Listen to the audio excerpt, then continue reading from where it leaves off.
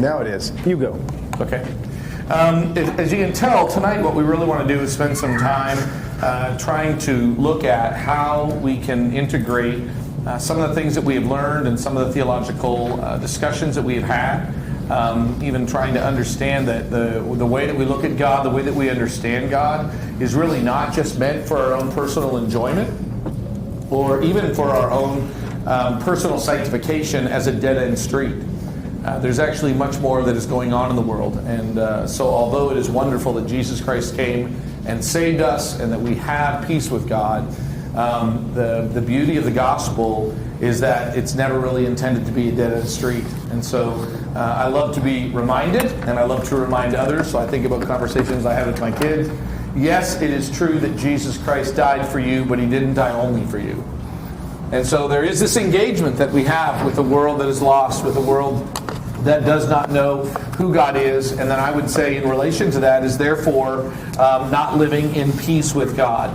And so what we thought we would do in tonight's lesson is spend some time discussing how is it that we speak truth to non-Christians. Now here is what I don't want to do, is that when we talk about this, we could look at this in a number of different ways. We could talk about it, and you probably have heard classes on the wonderful topic of evangelism. And evangelism can be broken into a number of different categories or looked at from a number of different perspectives. And one of the things that it's just outside the scope of this. I'm not saying that it's wrong to do this or that we shouldn't do this. It's just not what SOT is about. And it's not about talking in terms of method, i.e., what are some ways in which we can speak in a way that wins them over.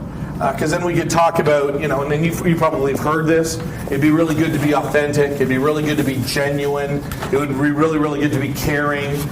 It's really important that they know how much we love them, which, by the way, I'm all for. Like, all of those things, to me, are a little bit of like no-brainers. Yeah, like we're called to love everyone, even our enemies. That's the depth of the gospel, right?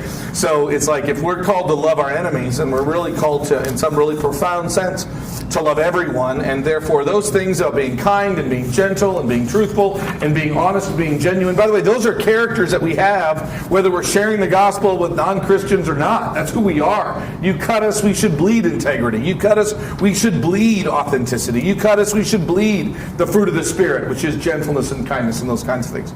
So we're not really talking about method. What we actually want to do is talk a little bit more about understanding the culture in which we live. And then seeing how the gospel does a number of things to it. So this lesson here tonight lines up a little bit with what I talked about yesterday, and how is it that we need to, why is it important that we have a certain level of confidence? So you look at the Apostle Paul as he is engaging King Agrippa, or as in the previous chapters, in the book of Acts, beginning in 21 all the way up through 26, where the Apostle Paul is engaging Governor Felix, Governor Festus, as well as the Jewish High Council, where he is engaging people who are not of like faith, which is fascinating that the Apostle Paul, a man who is incredibly Jewish, who is on a trial beginning in a Jewish court, finds himself and his belief system diametrically opposed to people that he was raised with. So think about that.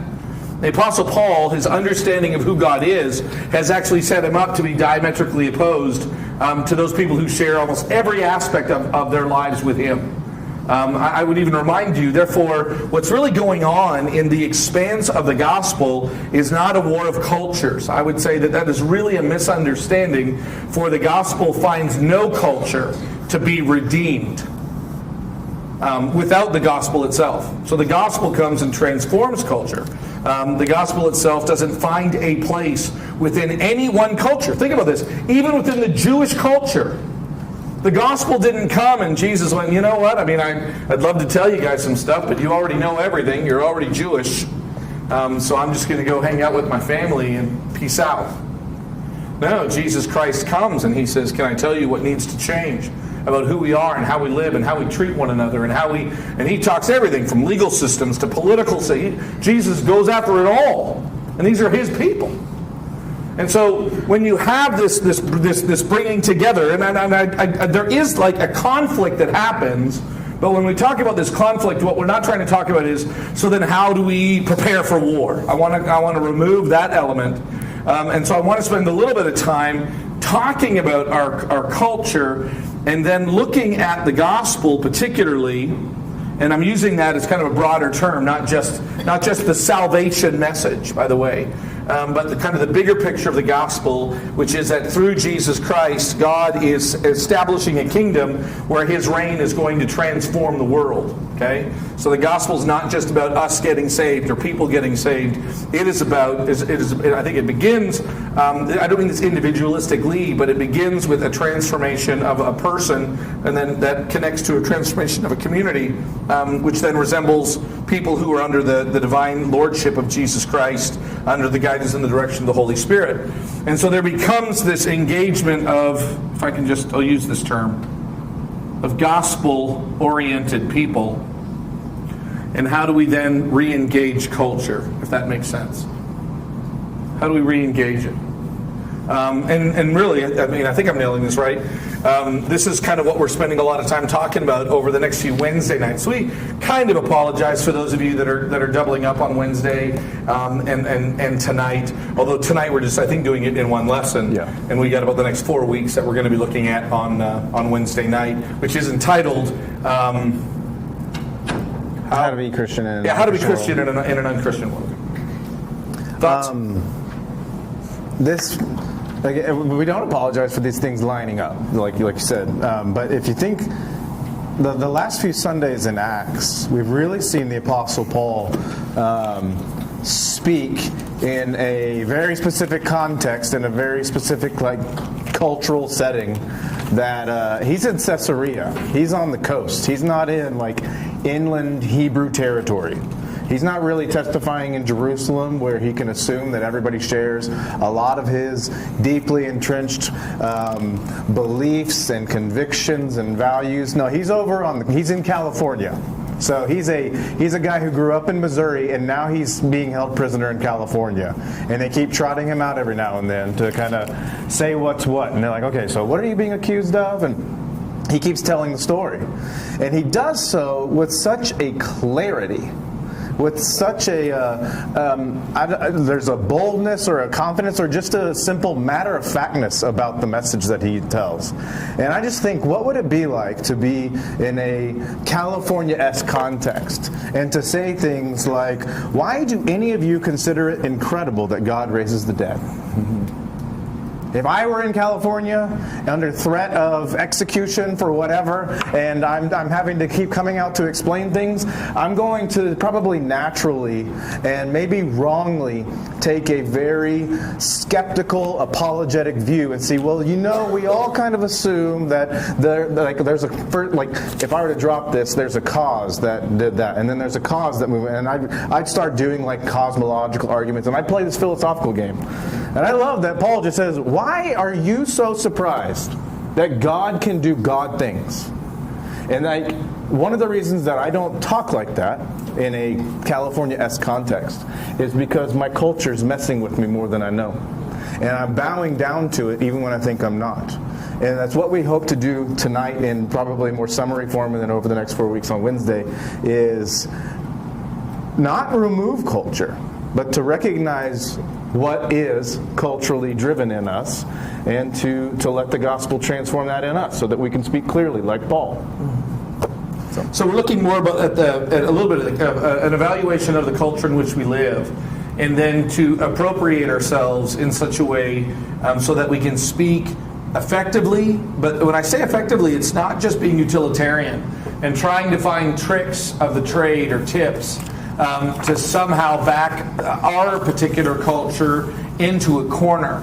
But on the other hand, I do believe it's really, really good to recognize what is going on, to recognize the battles that are existing, and how culture has kind of set the direction in a particular way. You've probably heard me use this example. I do believe that the Apostle Paul does this, and so there can be somewhat of a methodology to this, but we're looking at the bigger picture. That the Apostle Paul is trying to use where people are at and what's happening in such a way as to use their momentum against them. But I don't mean that in like this caustic sense, but recognizing where he's coming from and talking to Jews like Jews and Greeks like Greeks. Okay, that's how he does it. Acts 17, he talks one way. Acts 13, he talks another way. When he gets to the temple in Acts 20, he talks another way. And yet, I would say, Justin and I had this argument one time, is he really talking another way? Or is he just dissecting what his culture is like and then having the exact same methodology, which actually says, what is going on? What are the presuppositions that you have? What are the convictions that you already have? And then how can I bring the same truth of the gospel in to confront the ideas or the presuppositions that you have? And so that's what we want to look at tonight, and we really even want to have a bit of a dialogue. One very powerful text that I think you need to commit somewhat to memory, or at least know where it is that famous text in 1 Peter chapter 3.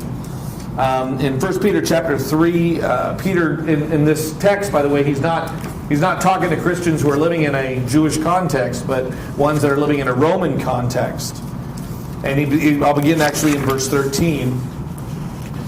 Now, who is there to harm you if you are zealous for what is good? But even if you should suffer for righteousness' sake, you would be blessed. Have no fear of them, nor be troubled. But in your hearts honor Christ the Lord as holy, always being prepared to make a defense to anyone who asks you for the reason for the hope that is in you. So that's kind of where it's coming from, which is interesting. Your ability to respond in an unchristian world or to a non-Christian context is a way to have reverence and fear of the Lord. Okay, so I think it's actually an obligation for us. You don't have to be me. I don't have to be you. I mean, lucky you. It's not about being that, but it is about being aware of the hope. Why do you have so much hope in who Jesus Christ is? Because in our conversations that we want to have with people, and we'll even kind of dissect what is really not the core of the Christian message, we need to remember what the core is. Yet do it with gentleness and respect, having a good conscience, so that when you are slandered with those who revile your good behavior in Christ may be put to shame. For it is better to suffer for doing good, if that should be God's will, than for doing evil. So I like how he puts in the context this engagement that we have with unchristian people, non-Christians. How do we do it? We're prepared to give an answer, and we do so in a particular way, so that when it's all said and done, somehow they are aware that we're not returning punch for punch, spit for spit, name-calling for name-calling. But instead, we are describing a hope that we actually have. And I think that's really interesting, because one of the things where I think Christian gospel-centered people get into trouble is that when they begin to look at what's at stake, we can get trapped into, let's have arguments about moral outcomes. Now, by the way, I'm not saying that there's not like a time for conversations about differences in terms of morality. I get that. I think there can be some honest engagement and even pointing out some very interesting discrepancies in people that don't have Christian values. I love to ask the question, if you really don't have a biblical perspective, then, and I ask this honestly, then tell me by what basis you even have a morality. Like, how do you understand that which is right or that which is wrong? How do you know those things are true? But I think a lot of Christians, when they engage the non-Christian world, that what they actually want to do is have arguments over what is right and what is wrong and what is good and what is best and what is evil. And so we go straight to what we would call more implications of the gospel than the core of the gospel itself. And when that happens, I think what we actually find ourselves doing is we have arguments, and I use this as kind of a way of looking at things. In a Christian context, for simplicity's sake, and these are strictly arbitrary, if A equals 1 and B equals 2, and those become the presuppositions that we as Christians have, and we ask ourselves the question, what is A plus B? A Christian is going to say what? 3. It's by the nature of it. And so when we have presuppositions like the Word of God is trustworthy, then that's going to shape us quite a bit. that Jesus Christ, because the Word of God is trustworthy, that Jesus Christ and faith in Him is necessary for salvation. So if those become our presuppositions, that we're always going to do the A plus B scenario, and if A is 1 and B is 2, A plus B is actually a rather simple answer. Now what we get interesting is that in a non-Christian context, or an unbelieving context, what do you do when you actually have different presuppositions? The Bible is just a book written by people. Cannot really be trusted. Salvation is actually based upon just human beings doing the best that they can. Come on, give me a break. Like, what do you do with all those people who never really had... and I know a lot of people that believe those things. And I even get kind of the worldly wisdom in some of those concepts. And so we ask somebody from a non-believing context, what's A plus B? And they say what? They say 6. And so when you keep asking yourselves, kind of like, what's your answer to life? What's your answer to life? And if we just keep saying, not what you believe A is, but we kind of ask, what's A plus B? What's A plus B? What's A plus B? Then you're going to constantly be getting different answers. And so instead of stopping and saying, okay, wait a second here. I guess I'm going to ask another question. I want to ask you a question. Like, do you believe that a person's identity, I'll use this we'll deal with some of these hot topics. Do you believe that a person's identity is something to be self-discovered or something that is God-directed and designed? Right? There's a Christian answer, and then there is a non-Christian answer. Okay? So, what do you do? Well, it's important to realize that question is this. He's not asking these. That question is already asking, what's your answer to? Not, what are the variables stand for? Yeah. So you want to be able to ask a question and to try to understand, because once they begin to say, hey, listen, I believe this is something that I decide for myself, or I believe this is something that is culturally conditioned, or I believe, okay, well, I don't believe that, actually.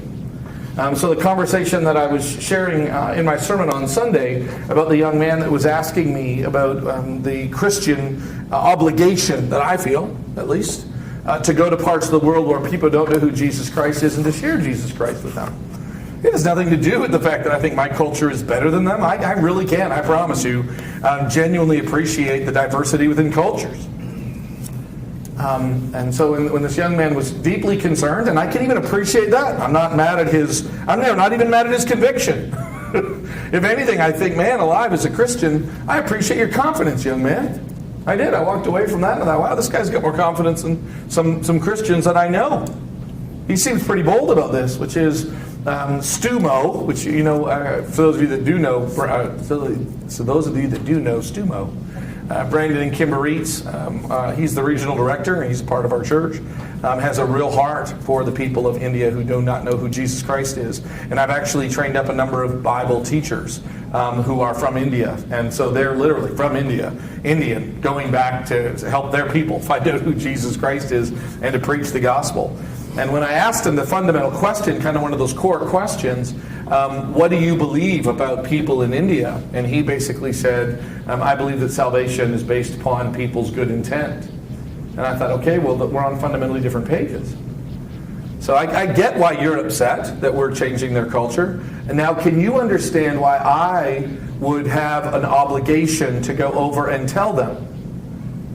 Because I do believe that it has eternal consequences. And I asked him that, can you even appreciate that?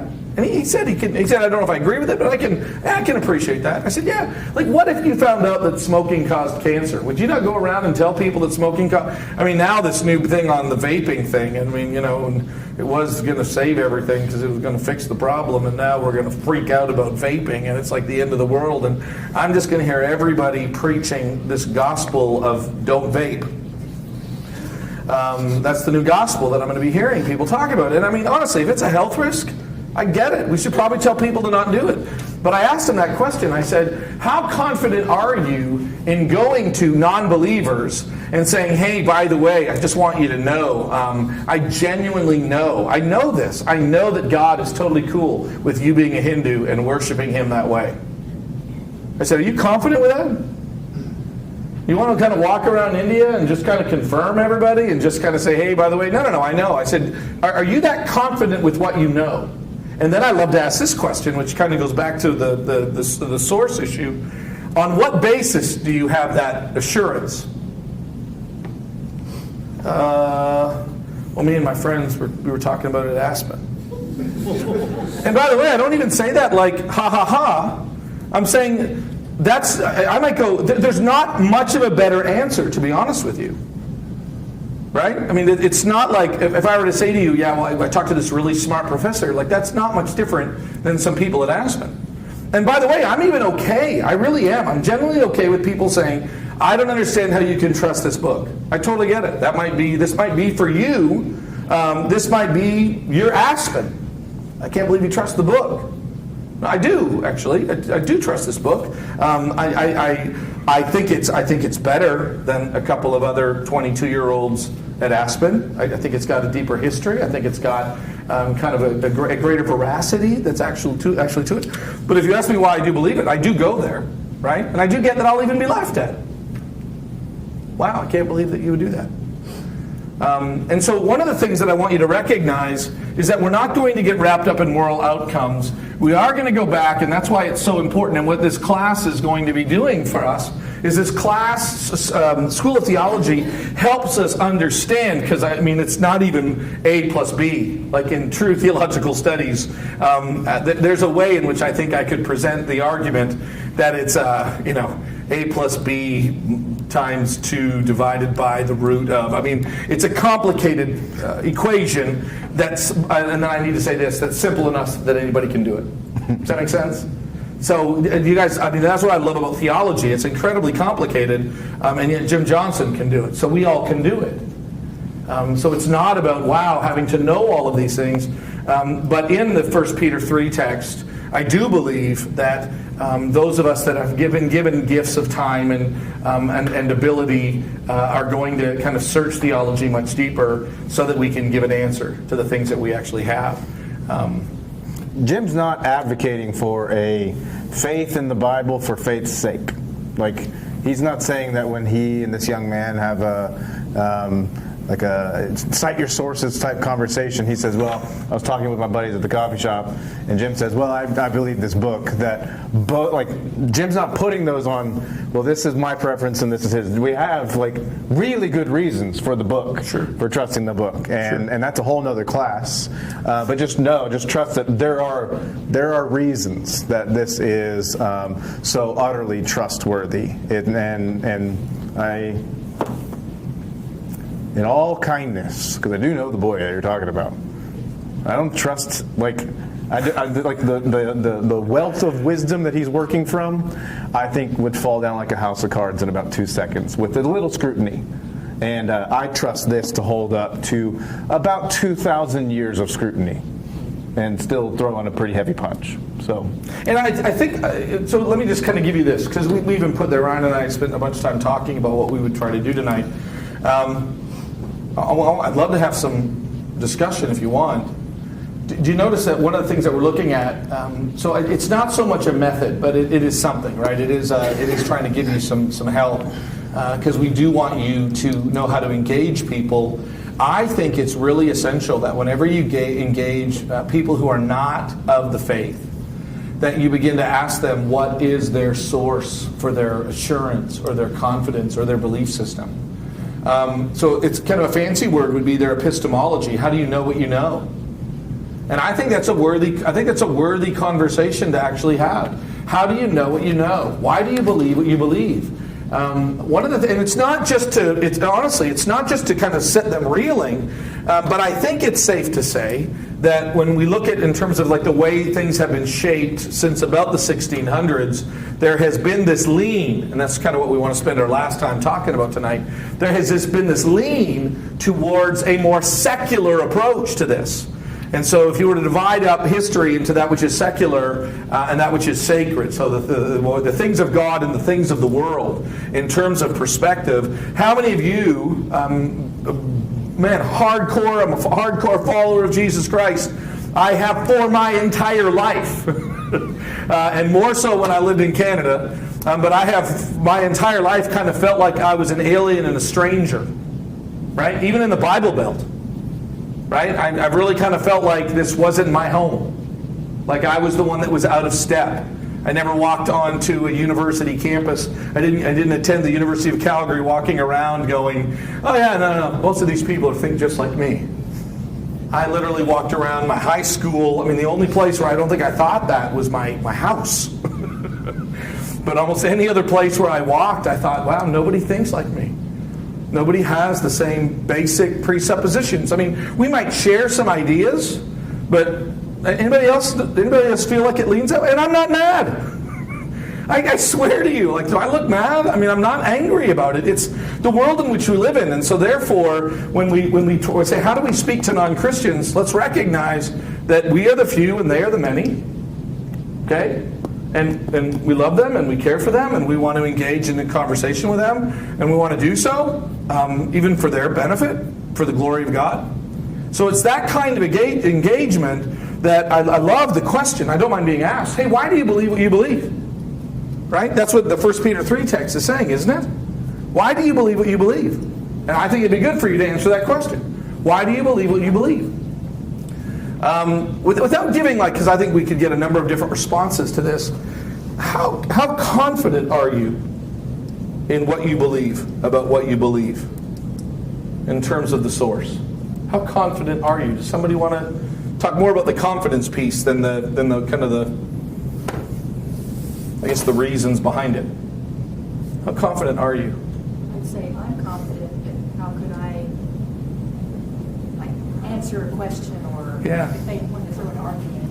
Yeah. I don't know how. Yeah. Might be a good thing. Yeah. But does even the idea of that make you nervous at all, Kay? It does make you nervous. Yeah. I'm an introvert anyway, so. Yeah, no. On Sunday we were talking about it's not about personality. Yeah, no, that's great because it's very, very true. And by the way, I mean, I had a conversation with someone not that long ago in our sanctuary, and they came up, very peaceful, kind lady who was asking me some pretty straight up questions about what I believed, and I felt it. I don't know what word it is. I felt nervous. I felt like, how do I explain this? You know? And so I'm an extrovert. I'm rather well trained. I've done it a lot, and in that moment, I'll be honest with you, I just felt like, and I just preached the idea of, and God will give you the answers as you need them, and He did even. I mean, honestly, He did. But there was that moment where I just kind of looked at this young lady, and I just kind of swallowed hard, and I just sat there kind of awkwardly silent, and I thought she was going to go, wow, dude, you look so stupid right now. I thought that's what she was thinking. I genuinely do. I genuinely thought that. And I'm trying to think, and I kind of felt like I was put back on my heels. Afterwards, I kind of liked the feeling, to be honest with you. I didn't like it in the moment, but I did like the fact that I would have to depend on God, and that it's not about me having you know what I mean? Like, that doesn't do anybody any good. And so you're not the only one. You don't have to be an introvert to kind of have that feeling. Anybody else? Confidence, and then what would happen when all of a sudden you're having a very real conversation? And maybe it's not an argument, but maybe it is like somebody who is even asking like an authentic, genuine question of you in terms of why you believe this hope that you have in Christ. Why do you build your life around Jesus? Those kinds of thoughts. Anybody else on the confidence that you have? Too afraid to speak up? Wow. Just start calling on people. Anybody? I had a couple friends, and growing up, and I didn't realize it while I was in it, but looking back on my life, either walked away from faith and really denied Jesus, and really hadn't thought through it much, but that was inconvenient to the life that they wanted to live. Yeah. So that's not everybody who denies the church or denies Jesus, but a lot of kind of the fleshly mentality of kind of getting what I want when I want it.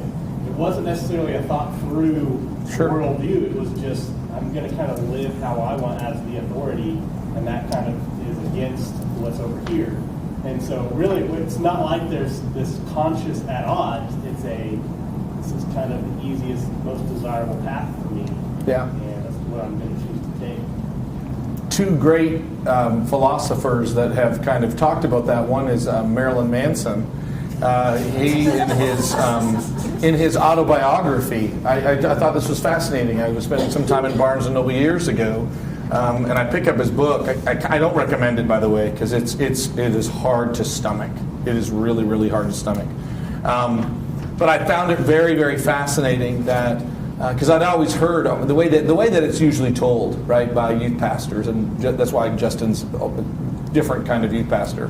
But back in the day when I was speaking at CIY and stuff, I'd hear youth pastors say, he grew up in a Christian family and grew up in a Christian school and was just protected, and look what it created, and therefore we need to be. That's not true at all. That's really kind of a weird caricature of what actually happened.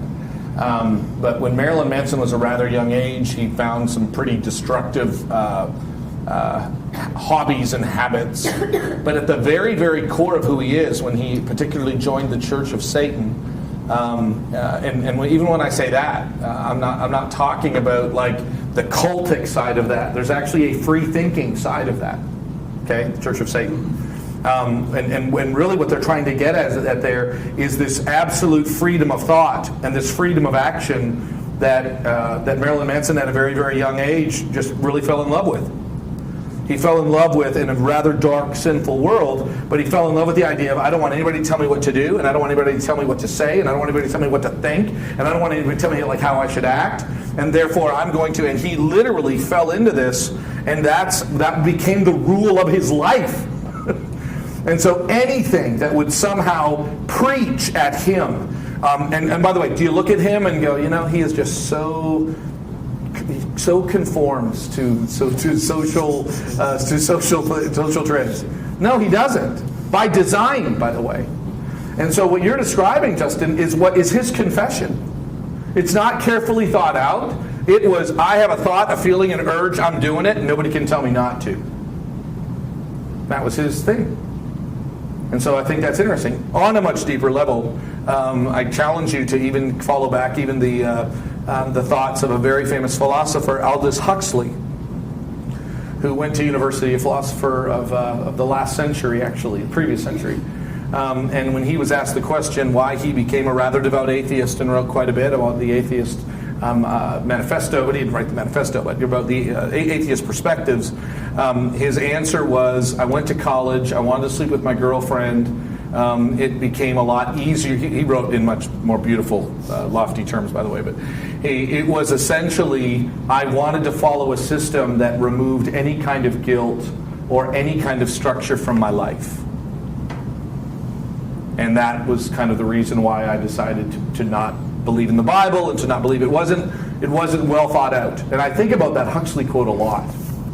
I think about that there is something else that is at play. And so can I say this? There is something else at play in the world around us. And the part I always want to remind people of, let's not pretend that somehow there isn't or there wasn't, hopefully we've been transformed, we're being transformed, there even is something that is still being put to death in us. Okay? So it's not like we can come into this and go, I have no idea what you're talking about. I haven't had a thought that wasn't glorifying to the Lord ever. No, I mean, it's rather deep. So it's so interesting. How many of you have heard the idea that a lot of our belief system is so fitting because isn't that nice for you? Like, how many of you want to think about dying and then just kind of lying in the grave dead and then just being dead? How many of you just go, yeah, that sounds awesome?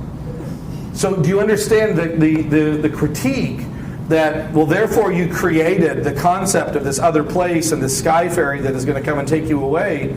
You've done that to appease the concern that you have in regards to death. Like, you haven't figured that out? Like, what's wrong with you? Okay. So you don't like the idea that God's going to come back and judge the world. Oh. How convenient of you, Marilyn Manson, to believe that you will just die and lie in a grave.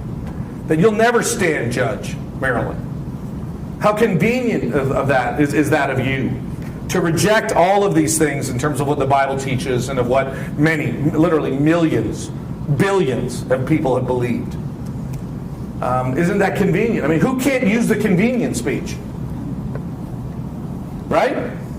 So my point is that when those things kinds of happen, let's recognize those common denominators that exist between both and say, listen, let's not get into an argument about whether or not one of these is contrived or is socially constructed to appease the conscience. Because to me anyway, tell me if I'm thinking wrong, if that argument can be used on everybody, then what? It seems, not that necessarily disproves it all completely, but it definitely says there might be another answer to the question, by the way. If that can be used against both atheist, agnostic, or believer, then it really doesn't advance the cause one way or the other. There's got to be something else that's actually behind it. Thoughts before I do the matrix? It'll make more sense whenever we get to this next part, but let me introduce the concept of, we'll use it quite a bit, the burden, this marker stinks. Here. The burden of proof.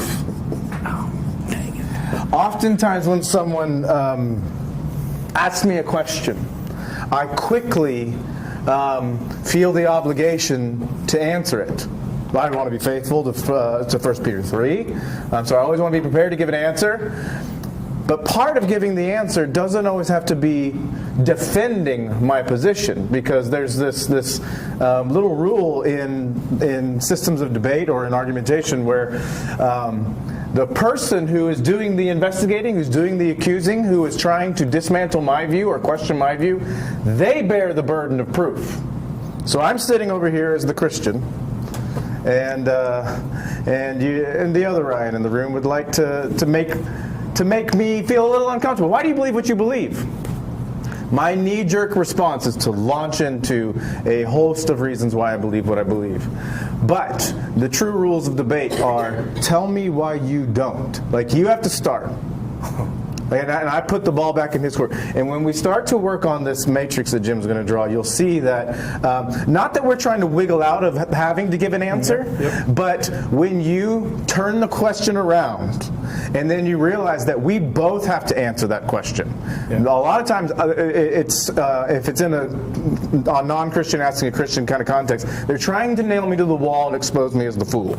But I'm usually trying to find my angle where I can put the burden of proof back on them to tell me, so why shouldn't I believe that Jesus Christ didn't raise from the dead? And they would say, well, because dead people don't get out of the ground. And I'd say, well, why?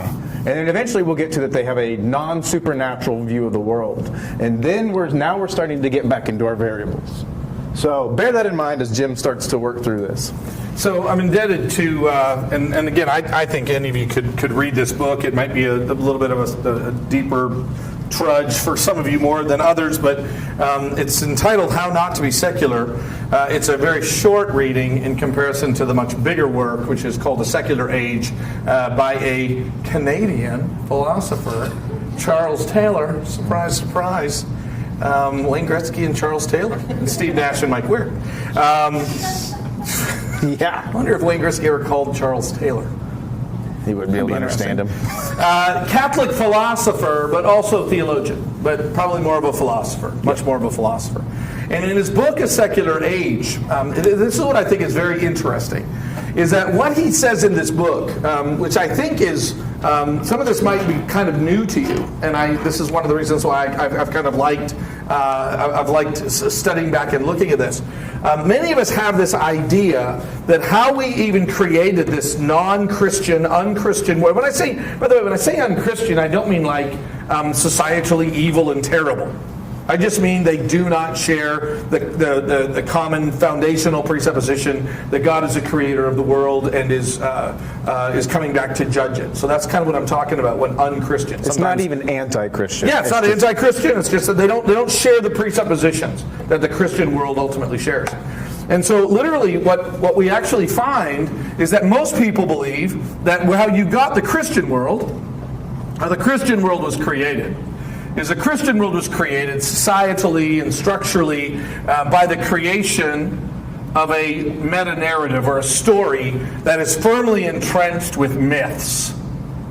different stories about how God. And so there's the myth of the ark, and there's the myth of the children of Israel coming out of Egypt, and there's the myth of the crossing of the Red Sea. All of these supernatural things that happened. And so basically the Christian idea, and you probably have even heard this somewhat, so that the Christian concept, much like whether it's the Hindu concept or the Muslim concept, these are all expressions of us trying to make sense of what they're going to call, what he is actually going to call the transcendent. I'm going to spell this wrong. Yeah, you got it.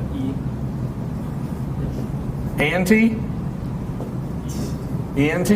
Yep. All three All of us E's? are terrible spellers. I know. You put me on the board and I start freaking out. Thanks. It's A or E? A. It is A. Okay, so I got it right. The transcendent, okay? The transcendent, which is that which is on the other side of the world. Does that make sense? So we live here, underneath. And there is that which is above, that which is other. So we've even talked about this in theology. The other is in fact God. And so God is not one of us. He is not actually like us. So how do we understand the transcendent? And basically, people have argued that what you do is that you have we're guessing at what's going on up there in that world. And so worldly systems create different myths to try to explain it. So you've got myths 1, and you've got myths 2, and you've got myths 3. So different societal structures that try to explain the God world, okay? Now, what's interesting is that how many of you, how many of you guys remember studying like Greek mythology? Okay, and do you guys remember liking that? I remember loving that. I remember loving Greek mythology.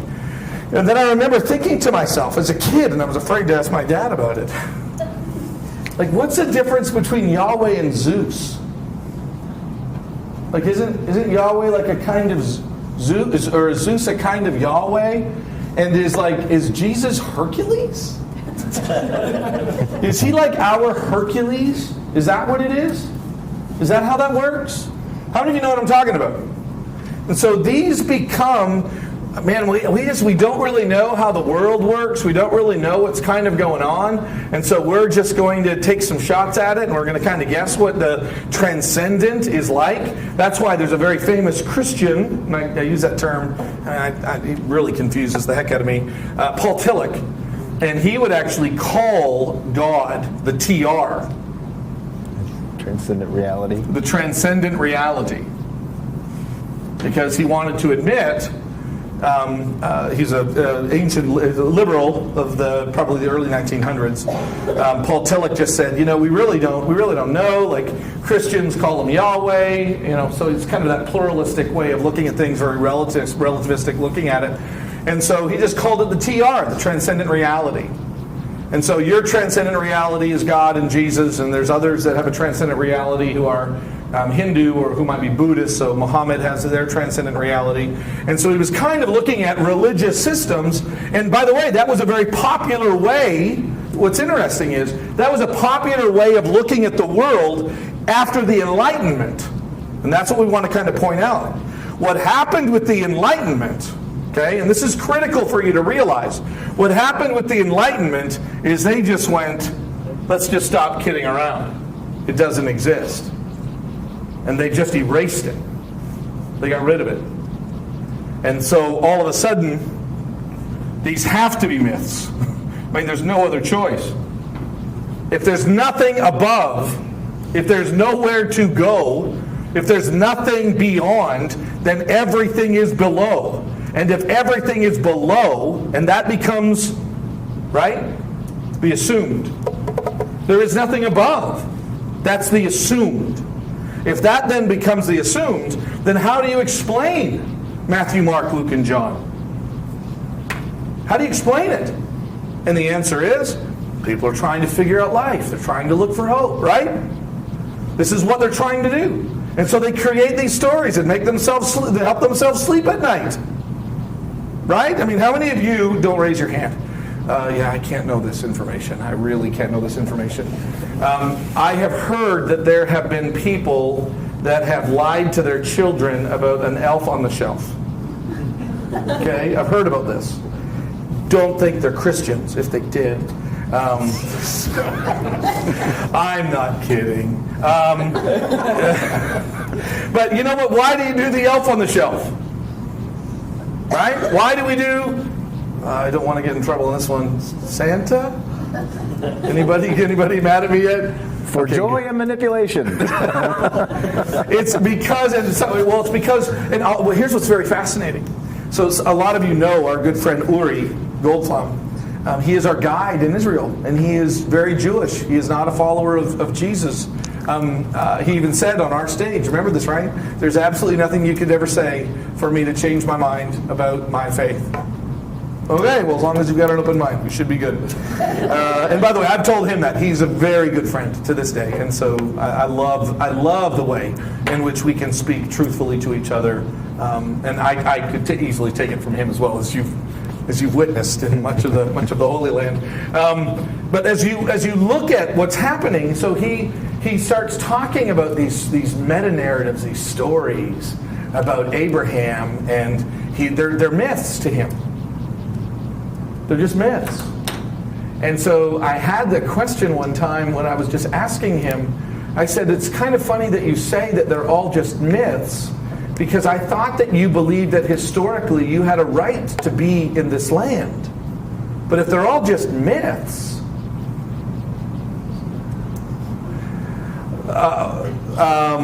and by the way, hear me, I wasn't trying to give I got you. And he didn't go, thank you, Jim. I will now accept Jesus as my Savior. It wasn't even my purpose. I wasn't trying to God him. I've never been able to win anyone to Jesus by backing them into a corner. So I don't even try to do that. But I don't mind at all. I don't mind very difficult questions being asked of me. And when you're a close friend, don't be surprised that I'm willing to ask really difficult questions of you. But I asked him that. I just said, listen, so if in the end your understanding of Abraham and Moses and these stories, if they don't have like a historical context, then you're telling me that you guys made up a bunch of stories so that you could own the land? And it was fascinating for him to, well, it's not that, and it's true, it's not that simple. It's not that simple. I think he would argue, we've gotten into it a couple times, I think he would argue that it's this complicated blend of that which is supernatural and myth and that which is historical, right? Because we're going to real sites. So it's not like the entryway into the city of Dan where Abraham walked. There's a partial truth. But it's funny because I said to him, you know what's interesting is you can't talk as though that the myths mean nothing. Like it's almost like that doesn't exist. And by the way, I'll give you, it would be even fun to watch, but take a look at YouTube, not everything on YouTube. You probably don't have the time, unless you're in college, and then you probably do. I remember being in college, a lot of YouTube. Actually, there was no YouTube when I was in college. I'm on my typewriter in college. That was more of a lot of VHS in college. But there's a fascinating debate that Jordan Peterson, who's not a Christian, has with, I want to say, Sam Harris. Yeah. And Sam Harris basically is describing from a secular, Sam Harris is what is known as the New Atheist. I'll talk about them in a moment here. But of the New Atheists, Sam Harris believes there's nothing in the transcendent world. So in the end, everything, it's called a closed system, right? So everything that can be explained by science, and so there's nothing outside of that. And he starts talking about what's wrong with the world, and he starts talking about how we need to fix the world. And he starts talking about these things. And Jordan Peterson, as brilliant as he is, says to him, he says, oh, okay, Sam, so basically what you're telling me is there's something that is profoundly wrong with the world, and the state in which the world is terrible and it needs to change. I'll call that hell. And then there is this better state, this more utopian state that we need to actually try to make it. And I'll just, if you don't mind, I'm going to just call that heaven. And then there is this way in which we can actually get there, and I'm just going to call that salvation. And this is what Jordan Peterson is pointing out, by the way, and not a believer. So I'm not trying to say, wow, did you notice? But what Jordan Peterson will at least argue is that there is no way for us to not use religious language, even in a closed system, which is a little bit what Charles Taylor is getting at. That there's almost no way for us to escape the way in which we look at the world. I think it is a God implanted in us. I do believe that. Okay? I don't know if I want to say like everybody all the time and everybody clearly knows. I don't know the complexity of that. But it is a God-given burden. I believe what Paul says in Romans 1. And that the people who don't want any part of it suppress the truth. But Jordan Peterson believes it's biologically hardwired into us, the evolutionist that he is. He believes that evolution has hardwired the religious system into us. And the concept of transcendent into us, and says there's no way that you can explain it any other way. So that's one of the reasons why it's just fascinating to hear him talk. But he says to Sam, you can sit here and try to pretend all you want, but in the end you can't escape the language, you can't escape the way of understanding the world. Everybody has to use these terms. And so I find that interesting because I think there's therefore a couple of ways that we can look at it. So you could even take someone like Jordan Peterson and say he sees an insight into it, and I would say, Jordan, you're this close, right? That's why he was at a university recently, a Christian university, and Gary Habermas is there, who's a scholar on the resurrection of Jesus Christ, historical scholar on the resurrection of Probably Jesus Christ. the number one scholar in the world on that. I mean, he's brilliant. And Gary asks him straight up, what do you do with the resurrection of Jesus? And Jordan Peterson doesn't mumble, but he says, I can't stop thinking about it. I just can't. I just keep coming back to the power of the narrative. I keep coming back to, and he's really drawn to it. And I find that interesting. So we live in this secular world where we have people that want to remove it, and one of the ways in which for a lot of years people have actually believed you create the non-Christian world. Okay, how do you create the non-Christian world? You just subtract myth stories. So how many myth stories are in the Bible? 564. Okay, great. Then all you have to do is find like the logical explanation for each of these myths, and that's how you get kind of this better understanding of what's going on. And by the way, I think that's what much of what when I say liberalism, I'm talking theological liberalism. Theological liberalism is kind of this: how do we strip away the myth from our story so that we can still, at least rally around something that's kind of positive to think about. One of the most famous adherents, Thomas Jefferson. He famously went through the Bible and redacted everything that was just too mythical for him. Yeah. So what's interesting is, this is kind of a little fascinating, is that when he is done stripping away the myths, so in the Jefferson Bible, he removes all of the myths, and all he ends up with, by the time I guess he erased it, what you end up with are nothing but teachings. Morals. And so that's what you can kind of get reduced to. So again, not that these aren't necessarily bad. I don't know how you get people who don't have the same foundation about who God is to buy into our moral system. I just don't understand that. My dad, deeply influential for me. Why do you expect non-believers to act like believers? And I went, I don't know, because I'm 12. That's why. That was my answer. And then I had a different answer when I was 13. Guess what it was? I was 13. Wow, that was slow. Okay, so we've got the subtraction of all of these different myth stories. So you keep subtracting. What Charles Taylor comes along, and so here's what we want to give you, is that it's really not that simple. That it's not just the subtraction of these myths that really gives us this secular age, because, and as Jordan Peterson is pointing out, there's really no way to completely get rid of it. So I read to you the quote by Julian Barnes, who just really has a hard time with those atheists that casually dismiss religious thought. You have a Douglas Copeland, who just has a really, really hard time with the casual, and I want you to hold on to that word, the casual dismissal of religious ideas and religious thought. So one of the first things I want to challenge you to think through is, and I should probably move this up top, so we'll just get rid of some of these things. To really think through, who are you talking to? When you're having a conversation with somebody, I think it's a really good question to ask. So tell me not just what are some of your presuppositions. You might want to begin there. You might want to begin somewhere else. Again, we're not trying to focus strictly on method. But to try to understand where are you when it comes to the systems of them. Is it an open system or is it a closed system? And what we mean by that is, do you believe in something that exists on the other side? Do you believe in the transcendent? Yes or no? And that's a really important question to ask. Do you believe in the transcendent? Do you believe in the even in the possibility of transcendence? That there is something that is on the other side. So we won't name it. We won't try to describe it. We won't try to think about its ontology, which means it's the essence of its being. But I just want to ask you, do you believe this is a closed system or do you believe this is an open system? Okay? And so you have that. So this would be... That dichotomy that you have to almost take one of these positions. There's no semi-open system.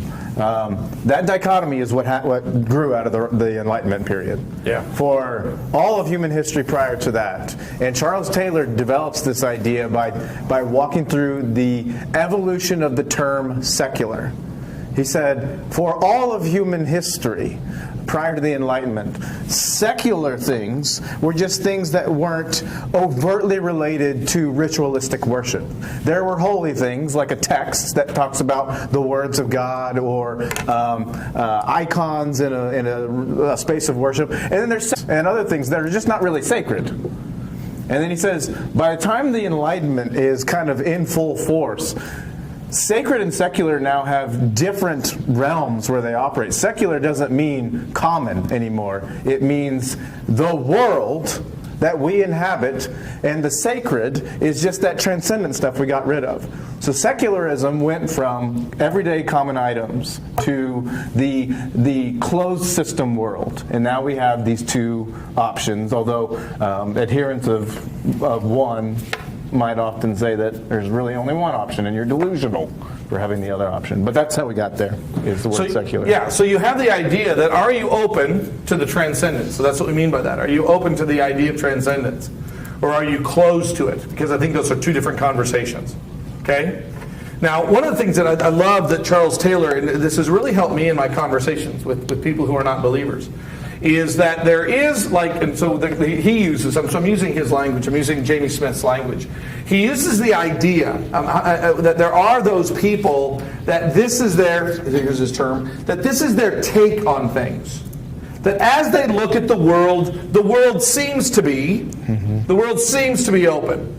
Or the world seems to be closed. That is their take. And he uses that word very intentionally. And the reason why he does that is that he says there is, in society, there are those people, we might use this terminology, I really don't want to totally go down this road, but I don't know how to explain it any other way.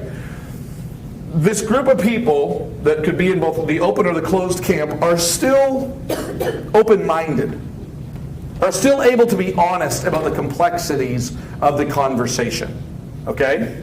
And so I'm going to give you a couple of names here, and I'll actually change one of them from the book. He has Charles Taylor as somebody who is open, has an open take on the world, but I'm going to use Professor Peterson. Okay? He has he does. He's very open to the concept of the transcendent. He thinks about the transcendent, not necessarily a follower of Jesus Christ, but he kind of looks at that, and that's kind of the way that it is. And then, just for the lack of a better explanation, the guy I'm going to be using is Julius Barnes, the one who wrote that article where he is like, listen, God can do what God wants, and if religion even is true, I don't think it is true, but if it is true, man, it better take over your life completely. Because a half of religion just seems like a complete waste of time and space. Tell me you're not half in. What a complete loser you are if you're half in.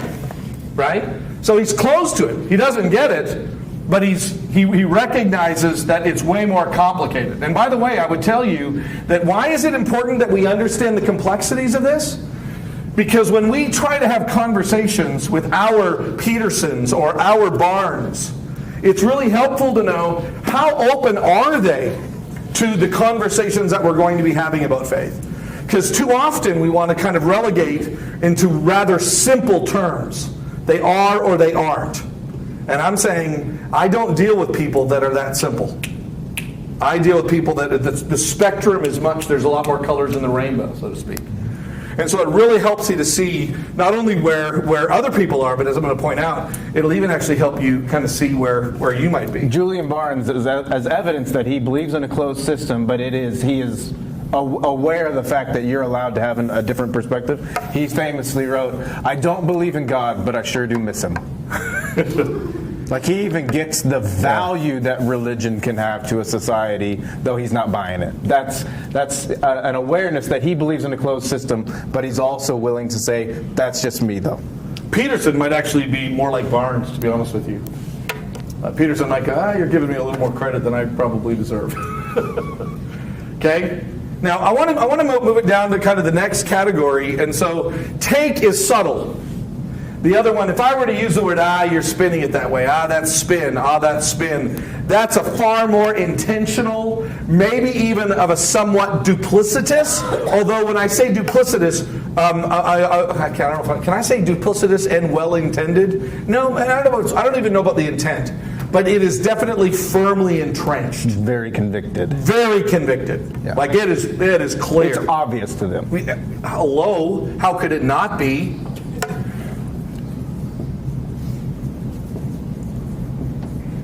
He goes after the academy. Not Jeff White would be offended, Brian Elbling would be offended, right? Brilliant people in this room that are doctors would be offended. So it's not all of the academy, but clearly there is within the academy this deep bias, which is what? Closed. And by the way, they have a spin on it. It's self-evidently closed. It is so evident. Like, I don't know how, as a thinking human being, you could have an opinion other than. This is the category that he would actually put the new atheists, like Richard Dawkins. You could listen to him speak. Okay, Richard Dawkins. Sam Harris.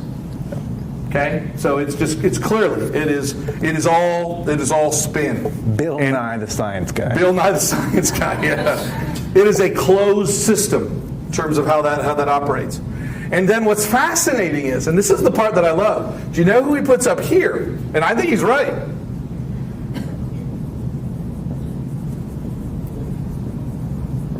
Fundamentalists. Which, by the way, I mean, just in the same way that there can be within the academy people that are bigger than that, right? It's as an institution. And so even as fundamentalists, by the way, he's not even just talking about Christian fundamentalists. He's talking about religious fundamentalists. That clearly it's an open system, and they have no ability, and this is the part that's interesting, they have no ability to engage, they have no ability to reason with, they have no, it's not just, here's what's interesting, it's not just about, come on, why don't we just all be a little more like Nelda? It's not the kindness, it's not personality, it's so much more than that. So it's not, why can't everybody just be nicer? That's not working, by the way. It's just not. It's not about personality, and it's not just about... Now, by the way, again, hear me. I think our disposition matters. And the fruit of the Spirit that is being born out and out in us is love, joy, peace, patience, kindness, goodness, faithfulness, gentleness, and self-control. So I'm all there. But I'm not talking about how do we approach, in this particular context, people of different scenarios. But what he's drawing at is that there is this closed offness of mind to the point where they almost, have you ever listened to a religious fundamentalist? And it's like they can't see it any other way. And we call them what? The fundamentalist is kind of, they're closed-minded, right? How can it not be open? What is wrong with you? Okay? Now, by the way, don't read... I think going back and even maybe describing what I was talking about yesterday with the sermon, I believe you can have the same conviction in any of these four camps. Okay? I think you can have the same conviction. But I think it can be tremendous, it has been for me, and we can talk about this now. It has been tremendously helpful for me to go, oh yeah, I see that. I get it. Now I know why I'm frustrated with religious fundamentalists and academia. Because they've done the math, and I'm not even going to continue this conversation with you. It's done. I don't even know how you can have a thought other than the one I have.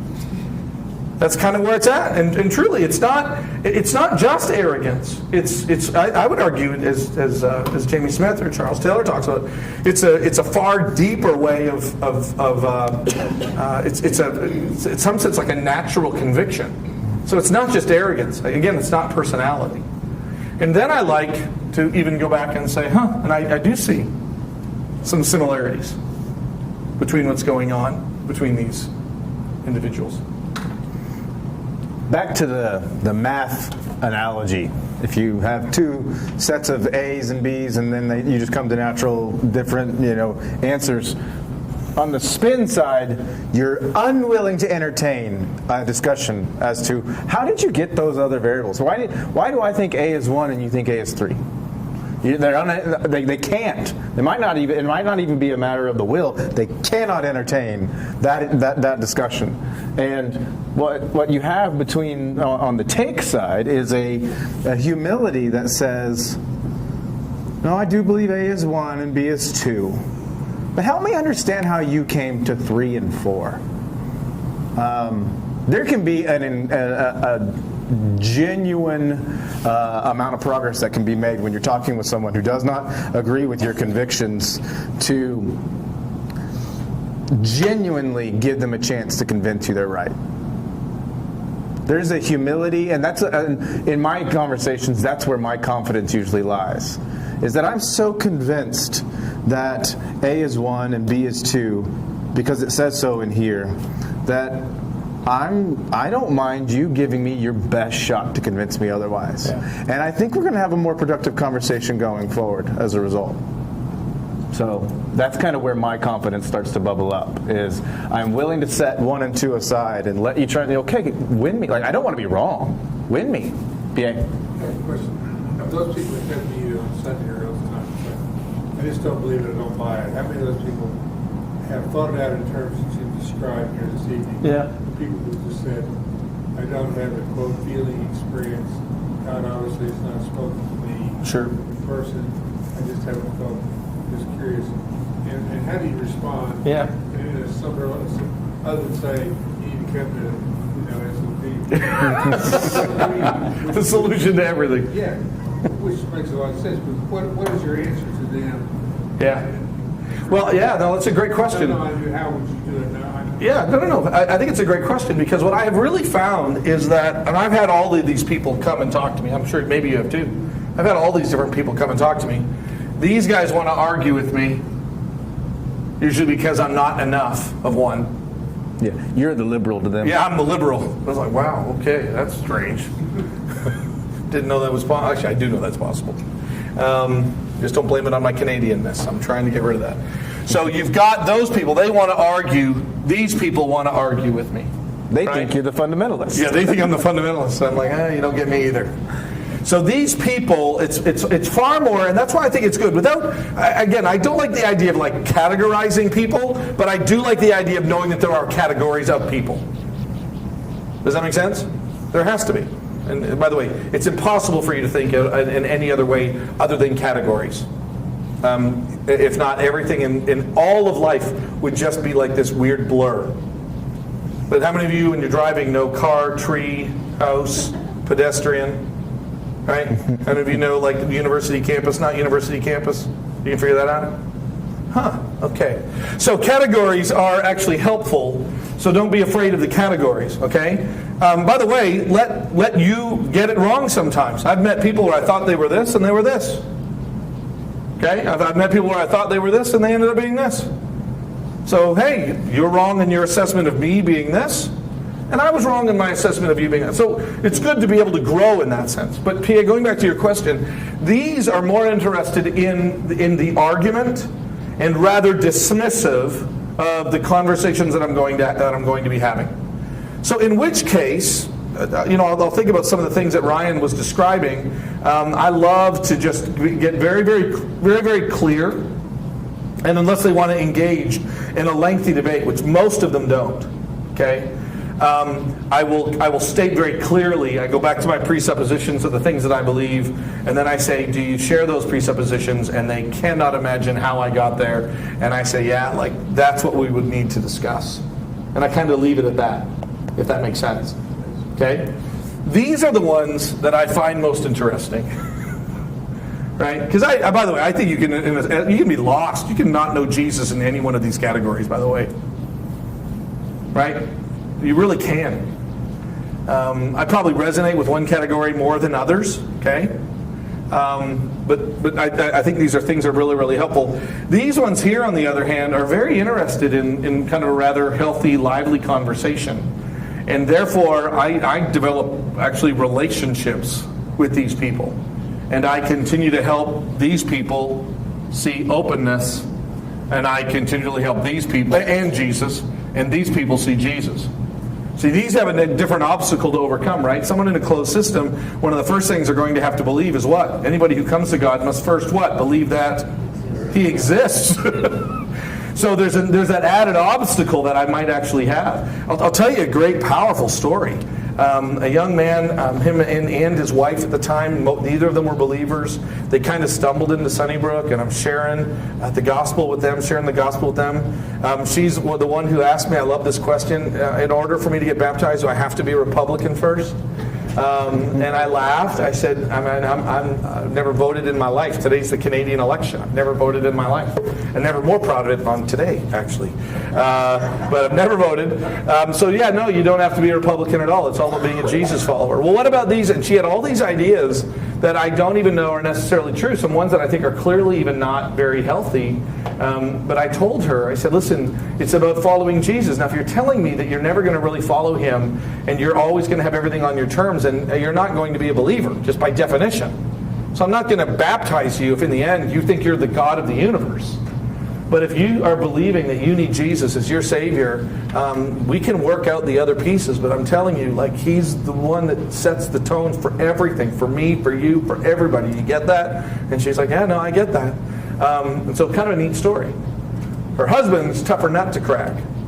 And he just kept saying to me over and over and over again, we'd debate, we'd be at Mexico Joe's, and yeah, but what about evolution? And what about the problem of pain? And what about, and he had all these deep questions. And so we had about 3 meetings in which we're just arguing apologetics, right? And he was very much, even though he wasn't a university professor, because by the way, this doesn't mean you have a PhD. It just means you have the attitude of one. Anyway,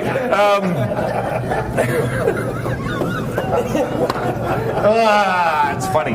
Okay, so he had that attitude, and he said, "Okay, well let's meet." And then he said to me after about the 3rd meeting, he said, "Man, we should meet at your office next time, a little more private place." And I said, "Okay, great, let's do this." And so we did. And he just came in. First question: explain to me how there is a God, because I begged him to not let that man marry my mom, and he didn't. He let it happen. And that man molested me for the next X number of years. You tell me how. That's a little bit, in a weird way, that's a little bit of what Justin's describing. There is something else driving this. It's not just Huxley or Marilyn Manson, wanting their selfish way. It's a deeply broken person that cannot get over the pain. I can empathize with that. I think they're going to need to work through it for lots of reasons, actually. For lots of reasons. But so when you get into that, and so I found out that kind of this was kind of more of like this. He really was kind of open to the idea, but he just could not fathom a God that would allow that pain that existed in his life. So I'm meeting this guy thinking I'm dealing with this, and then after just having the conversation, I'm dealing with this. So isn't that interesting? And so I think it's kind of recognizing, like, what's holding you up?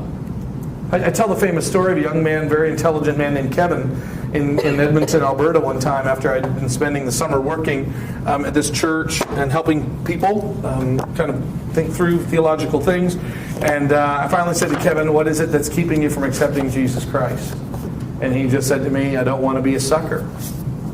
Like, I just feel really comfortable somewhere in here. And I feel like as soon as you ask me to step into a world that believes in God, it's kind of like you're asking me to believe in the tooth fairy, and I'm just going to feel like an idiot.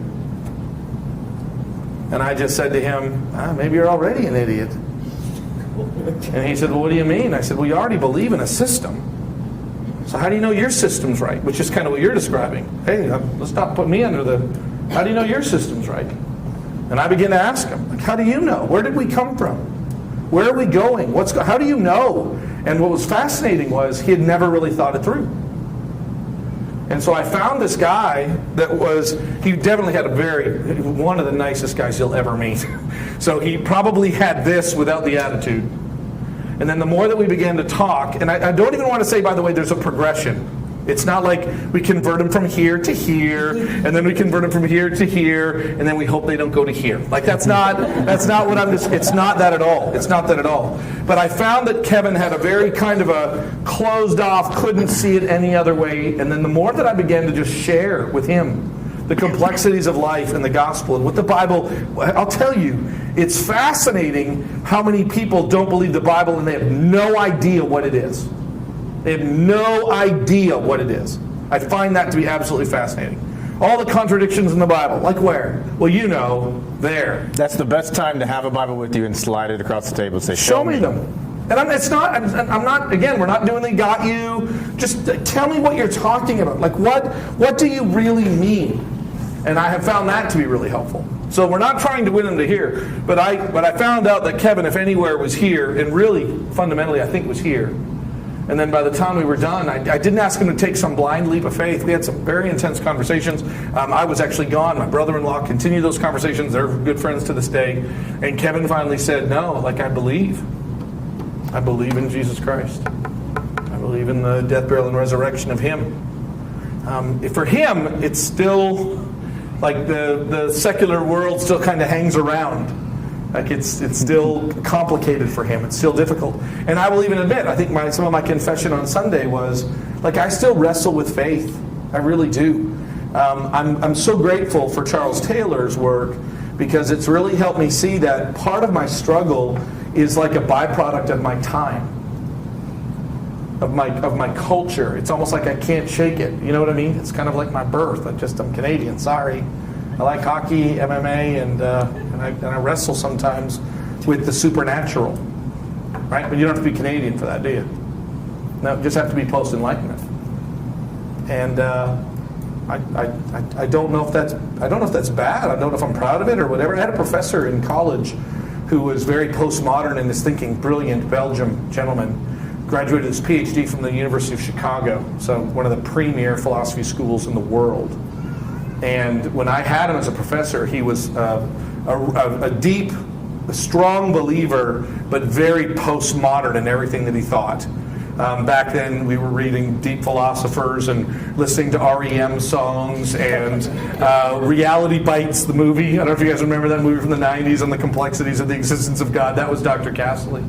I met him about 10 years later, and he described going through this journey in which he's now become far more, he will tell you, I think I've become pre-modern again. And I didn't even know you could undo post-modernity. But he kind of philosophically went through and asked a lot of questions and kind of stripped away a lot of what culture, a lot of the secularity, which I don't even know how he did that, but he's smarter than me, so I just say that he kind of did it. It's often said that those that inhabit the closed system or believe in the closed system, particularly in the take category, like Barnes will say, they don't believe in God, but I sure do miss him. It's often said that they demonstrate this quality of having these sacred hauntings. Yeah. Like in their mind, it just can't be, but it haunts them that it might be.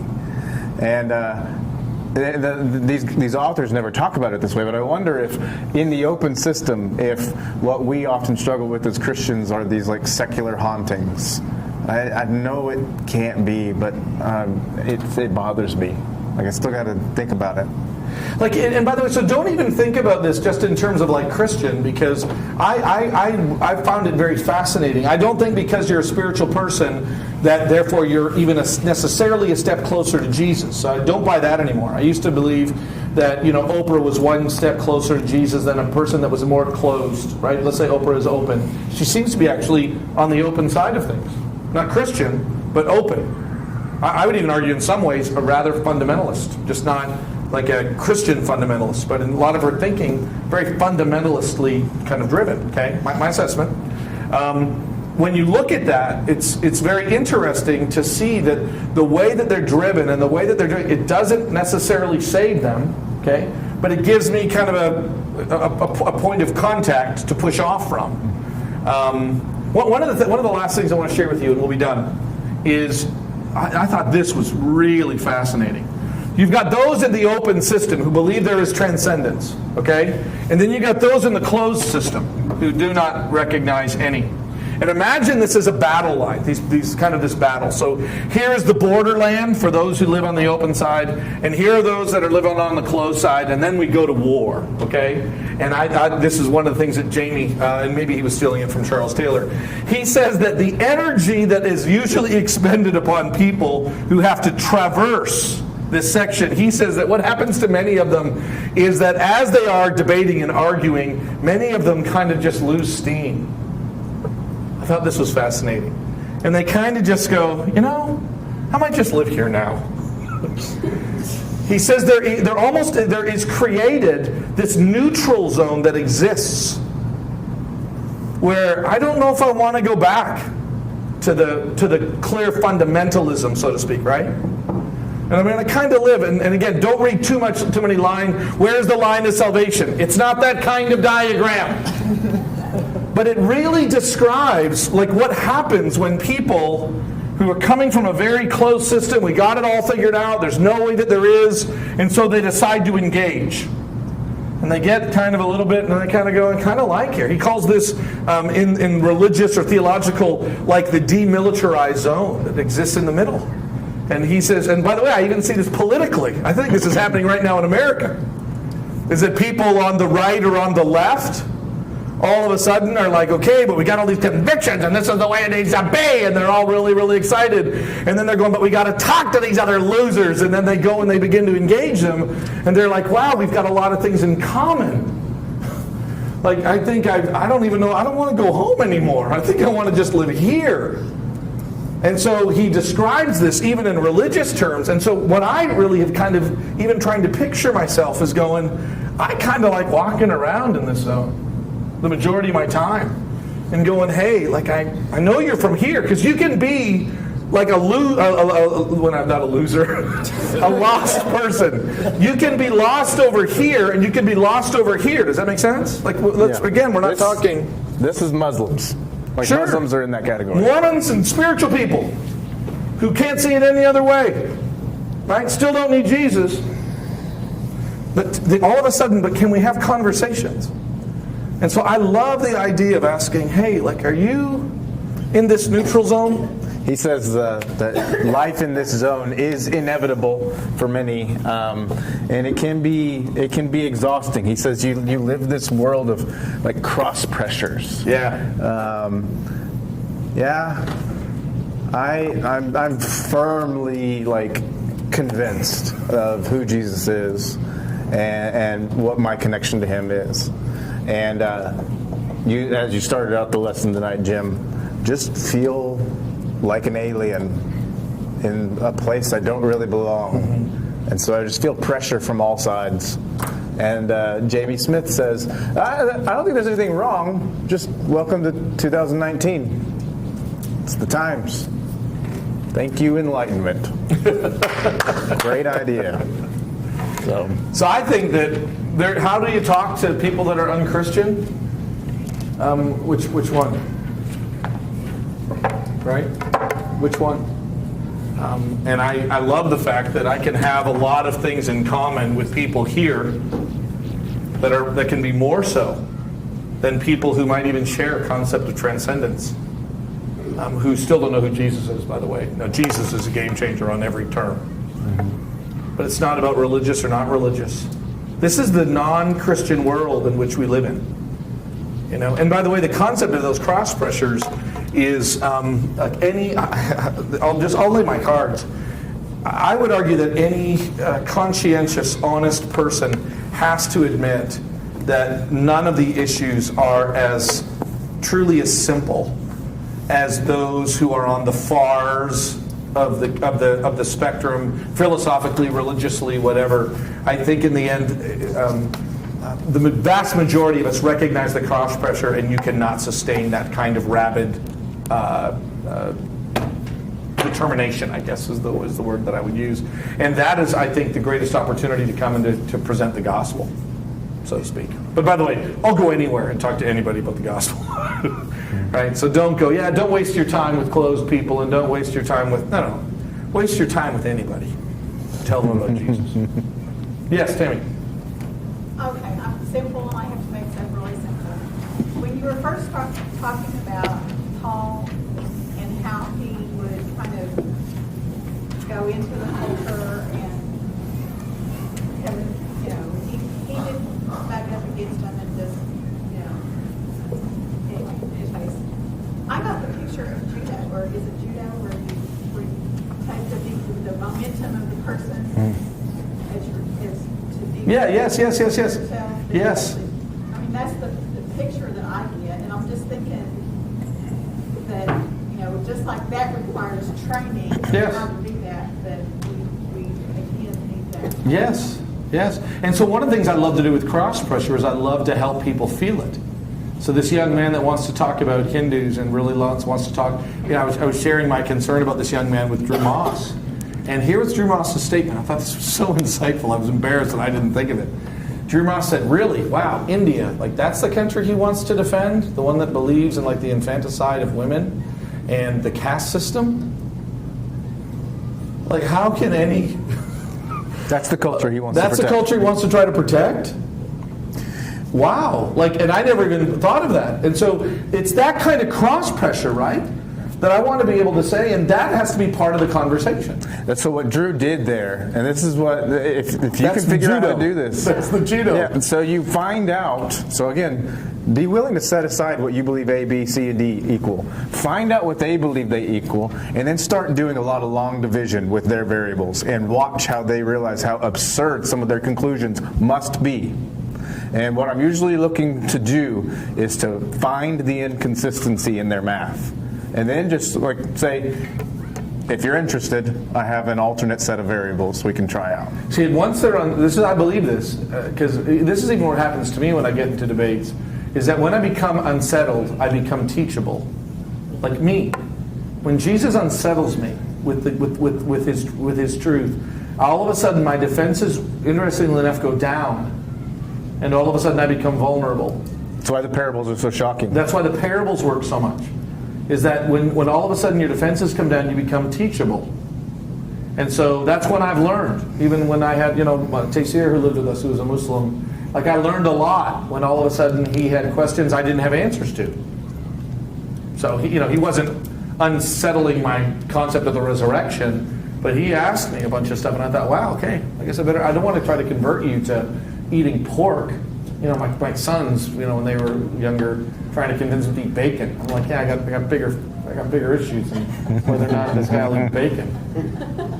You know what I mean? And so I use a lot in the apologetics world. I talk a lot in the evangelism conversations. I talk a lot about evangelistic judo, where you kind of use their energy against them to try to help them. But I do it not to win, not to overpower them, but to unsettle them so that they can then become honest about some truths that they need to think through.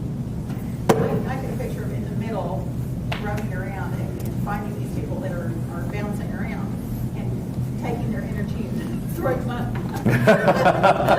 up. Letting Jesus catch them. Yeah. Famous apologist named Greg Kokel calls it put a pebble in their shoe. He's like, you don't got to win every argument. Just put one pebble in their shoe every time you talk about it, and they'll keep limping away. And he's like, they'll figure out that every time they talk to you, they believe less of what they believed earlier, and then we can build that back up later on. Well, I told Kevin, I said, hey, dude, I know you're afraid of just feeling like you're going to step out onto the clouds. And I said, take a look down, dude. You're probably already on some belief system. You're banking on something. You're banking on there is no God. You're banking on you don't have to have a. You're banking everything on that. And I'm not asking you to just double guess all the time, but I'm telling you, you're banking on that, are you not? So you need to take a look down. And you're not standing on solid ground as much as you think you are. And he looked around, I'll never forget, he looked around the table, he looked down and then said a couple of swear words. And then he wrote me a long letter on how I had ruined his life. And I said, yeah, tell me in heaven, bro. Tell me in heaven. That's all we got. We love you guys. Peace out and word to your mothers. That's how postmodern people talk. Gen Y, Gen Z, Gen A. Jen's the girl I dated in junior high, actually. Hater doesn't like it when I talk about it. I'm going to go turn the streamer off.